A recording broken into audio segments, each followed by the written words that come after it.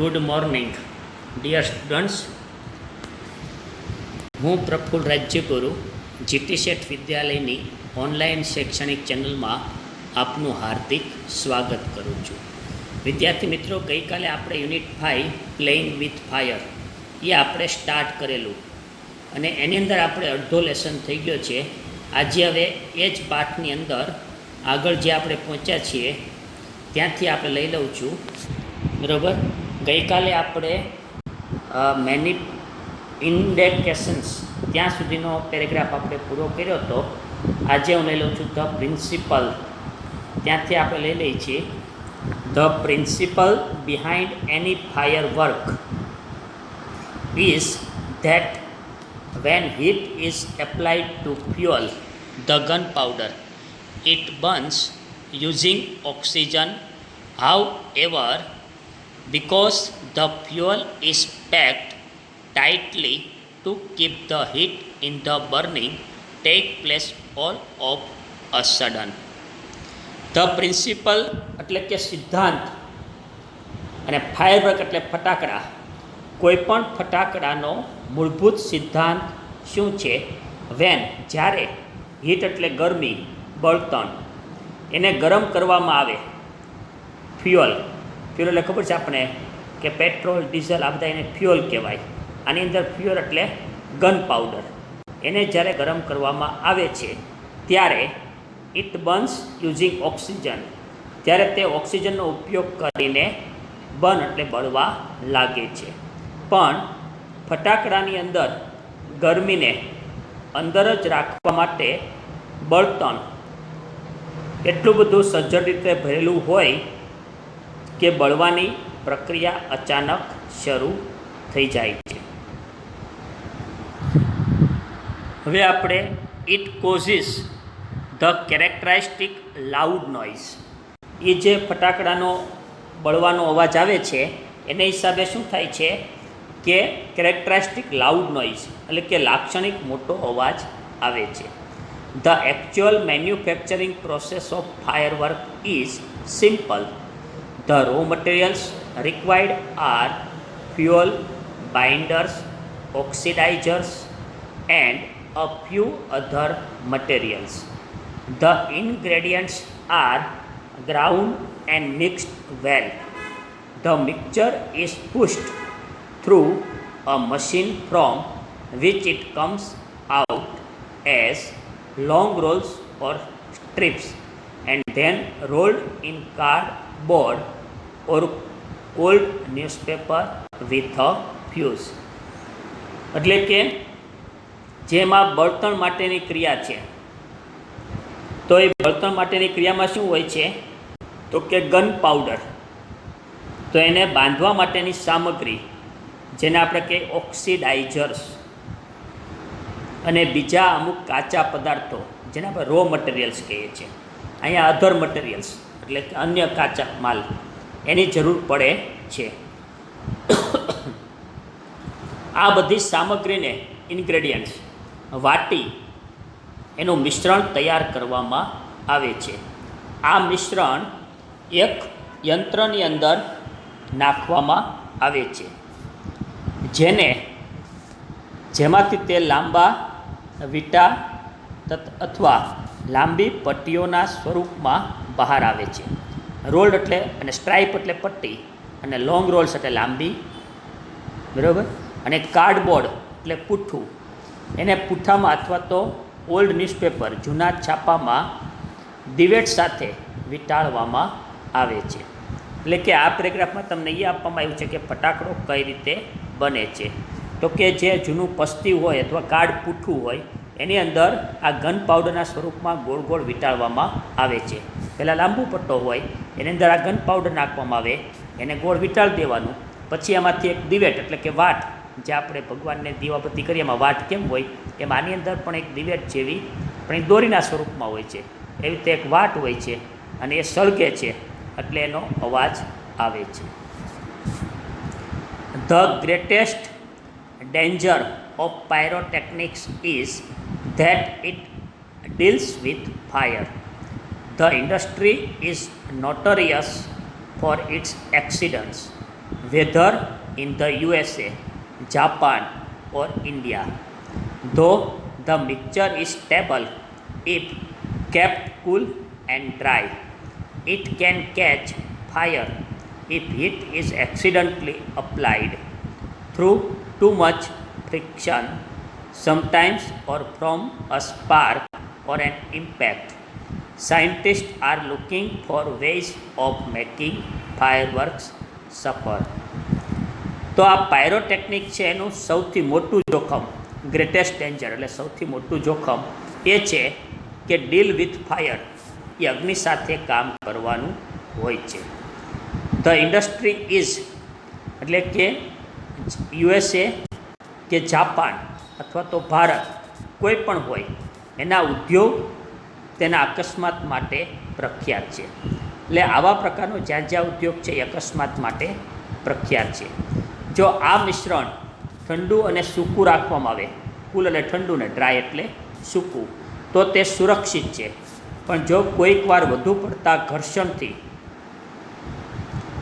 Accidentally એટલે અકસ્માત અને તણખાથી અથવા અથડાવાથી આકસ્મિક રીતે ગરમી ઉત્પન્ન થાય છે તો તેમાં આગ લાગી શકે છે. ફટાકાને સુરક્ષિત બનાવવા માટે વૈજ્ઞાનિકોના પ્રયત્નો ચાલુ છે. In India, fireworks used to be imported from China. During the Second World War, these imports were stopped and the safety match producers of Sivakasi in Tamil Nadu began manufacturing fireworks for Deepavali. In 1992, the country used about 60 crores worth of fireworks and 60 to 70% of this came from Sivakasi. તો કે ભારત ચાઇનામાંથી આ ફટાકડાની આયાત કરતું હતું, પણ during second world war એટલે કે બીજા વિશ્વયુદ્ધ દરમિયાન આ આયાત સ્ટોપ એટલે કે બંધ કરવામાં આવી અને પછીથી તામિલનાડુની અંદર સિવાકાસી નામનું જે શહેર છે ત્યાં જે દિવાસળીના ઉત્પાદકો હતા, પ્રોડ્યુસર ઓફ સિવાકાસી ઇન તામિલનાડુ, તો આ દિવાસળીના ઉત્પાદકોએ દિવાળી માટે ફટાકડાનું ઉત્પાદન શરૂ કર્યું, એટલે કે મેન્યુફેક્ચરિંગ ઓફ ફાયરવર્ક્સ. 1992ની અંદર આપણા દેશમાં લગભગ 60% જેટલા 60 કરોડના ફટાકડા વેચાયા હતા. એમાંથી 60થી 70% એકલા સિવાકાશીમાં જ બનાવેલા હતા. જે 60 કરોડનું ટર્નઓવર થયું ફટાકડાનું, એમાંથી 60થી 70% ખાલી એકલા સિવાકાશીમાં જ એ ફટાકડાનું મેન્યુફેક્ચરિંગ કરવામાં આવ્યું હતું. સિવાકાશી in સિવાકાશી, fireworks are manufactured in a number of small units. 3 months before the festival is the busiest time for these units. Fireworks are transported to every nook and corner of the country. The working conditions of these units are, however, far from satisfactory. There are very few testing facilities for quality or uniformity, and hardly any safety measures in force. This is why we hear of accidents in Sivakasi year after year. It is very difficult to get information on how to manufacture fireworks because it is not considered safe to give everybody the details. Only a very few reliable persons are taught this art. એટલે કે સિવાકાશીમાં fireworks એટલે ફટાકડાના number of small units, નાના નાના ઘણા એકમોમાં બનાવવામાં આવે છે. 3 months બિફોર ધ ફેસ્ટિવલ એટલે કે દિવાળીના તહેવારના અગાઉના 3 મહિના ધીઝ યુનિટ્સ એટલે આ એકમો ખૂબ જ વ્યસ્ત હોય છે. દેશની અંદર every corner of the country એટલે દેશના દરેક ખૂણે ફટાકડા પહોંચાડવામાં આવે છે. પણ આ એકમોની અંદર કામ કરવાની પરિસ્થિતિ બહુ સંતોષજનક નથી. ફાર ફ્રોમ સેટિસ્ફેક્ટરી એટલે કે સંતોષજનક નથી. ગુણવત્તા અથવા એકસરખું ધોરણ જાળવવા માટે ચકાસણીની સાધન સામગ્રી બહુ ઓછી છે, જેને ટેસ્ટિંગ ફેસિલિટી કહેવાય, અને ક્વોલિટી એટલે ગુણવત્તા, અને સુરક્ષા લગભગ સાવ નહિવત એટલે કે સેફટી એ જરા પણ નથી. એટલે દર વર્ષે યર આફ્ટર યર આપણે સિવા કાશીની અંદર થતા અકસ્માતો વિશે સાંભળીએ છીએ. ફટાકડાનું ઉત્પાદન કેવી રીતે થાય છે તેની માહિતી મેળવવી બહુ મુશ્કેલ છે, કારણ કે બધાને આ વિગતો આપવી તે સુરક્ષિત જણાતું નથી. બહુ જ થોડા વિશ્વાસપાત્ર લોકોને જ આ કલા શીખવાડવામાં આવે છે. In many countries fireworks are not allowed to be used by individuals. Only community displays, specially organized with the help of experts, are allowed. In many countries એટલે ઘણા દેશોમાં ફાયરવર્ક્સ એટલે ફટાકડાનો ઉપયોગ યુઝડ એટલે ઉપયોગ કરવા દેવામાં આવતો નથી. Are not allowed. અને ઇન્ડિવિડ્યુઅલ્સ એટલે વ્યક્તિગત રીતે, તો ઘણા દેશોમાં વ્યક્તિગત રીતે આ ફટાકડાનું ઉત્પાદન કરવા દેવામાં આવતું નથી.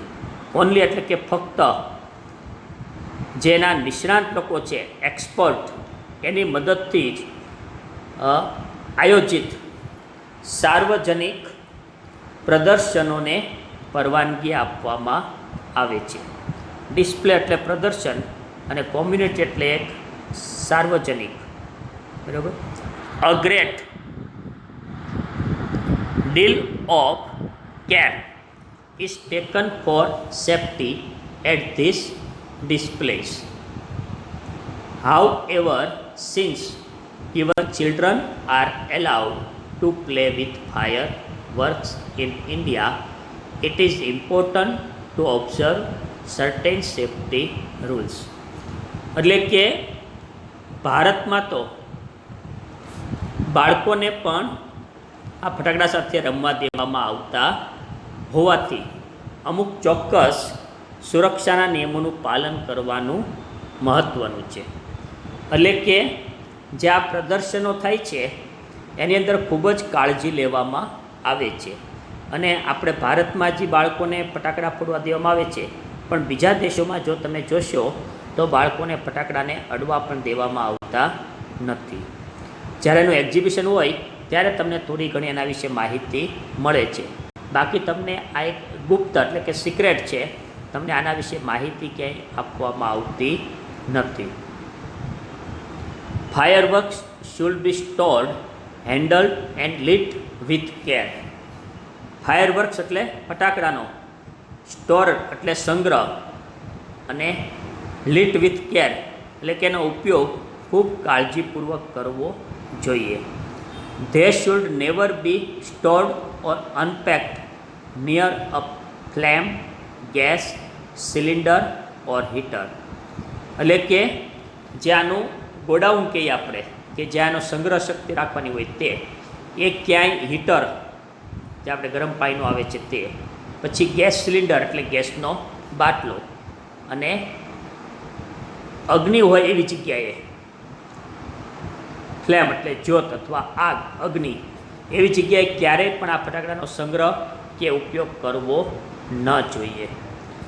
One should never wear long loose clothes or nylon clothes when lighting crackers.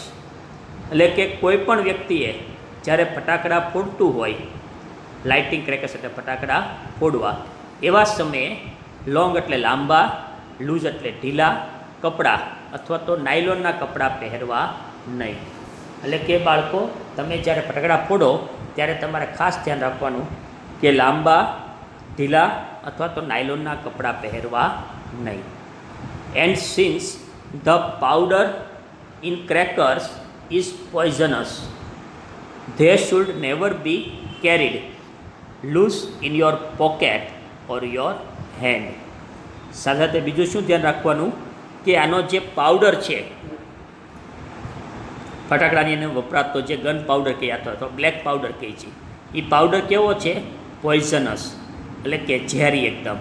તો આ ઝેરી હોવાથી તમારા પોકેટ એટલે કે ખિસ્સાની અંદર અથવા તો હેન્ડ એટલે કે હાથમાં ક્યારેય ખુલ્લા રાખશો નહીં. Also firework should never ever be lit inside a house. અને ઘરમાં પણ ઇનસાઇડ હાઉસ એટલે ઘરની અંદર પણ ક્યારેય ફટાકડા ફોડવા નહીં. Never bend over a fireworks when you are lighting it and never use fireworks to frighten people. એટલે કે ફટાકડો જ્યારે ફૂટતી વખતે એના ઉપર નીચા નમીને જોવું નહીં, અને જેને ડર લાગતો હોય એવા લોકોને ડરાવવા માટે પણ ફટાકડાનો ઉપયોગ ક્યારેય કરવો નહીં.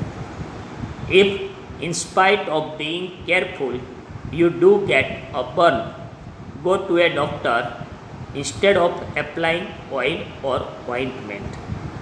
અને જો તમે સાવધ રહેવા છતાં તમે દાઝી જાઓ તો તમારે એના ઉપર તેલ, ઓઇલ એટલે તેલ, અને ઓઇન્ટમેન્ટ એટલે મલમ, આ લગાવવાને બદલે કોઈ ડૉક્ટર પાસે તમારે જવું જોઈએ. ઇન્સ્પાઇટ ઓફ એટલે ને બદલે, અને બર્ન એટલે સળગવું, બરાબર. એટલે કદાચ ક્યારેક તમે દાઝી જાઓ ભૂલથી પણ તો તમારે એમ કે ડાયરેક્ટ ડૉક્ટર પાસે જવાનું, તમારે જાતે કોઈ મલમ કે ટ્યુબ એવું કાંઈ પણ લગાડવાનું નહીં. ઘણા લોકો તેલ કે ઘી એનો ઉપયોગ કરતા હોય તો એવું પણ ક્યારેય લગાડવાનું નહીં.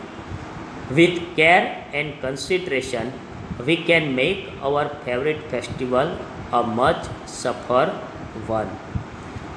કેર એન્ડ કન્સિડરેશન એટલે કે કાળજીપૂર્વક અને સાવધાનીપૂર્વક આપણે અવર ફેવરેટ ફેસ્ટિવલ, આપણો મનગમતો તહેવાર, અ મચ સફર વન, ઘણો સુરક્ષિત રીતે ઉજવવો જોઈએ. તો વિદ્યાર્થી મિત્રો, અહીંયા આપણે આ 5મો પાઠ પૂરો કરી નાખ્યો છે. મેં તમને 3 થી 5નું પણ મટીરિયલ આપ્યું છે, પેપર કેમ લખાય એ પ્રકારનું, અને એક પાઠની પણ મેં તમને PDF મોકલું છું. એ તમારે પાકી નોટમાં લખવાનું છે અને 1 થી 5 પાઠ કમ્પ્લીટ કરી નાખવાના, અને એની તૈયારી પણ શરૂ કરી દેવાની છે. પછી હું તમને આના ઉપરની યુનિટ ટેસ્ટ મૂકીશ. Thank you.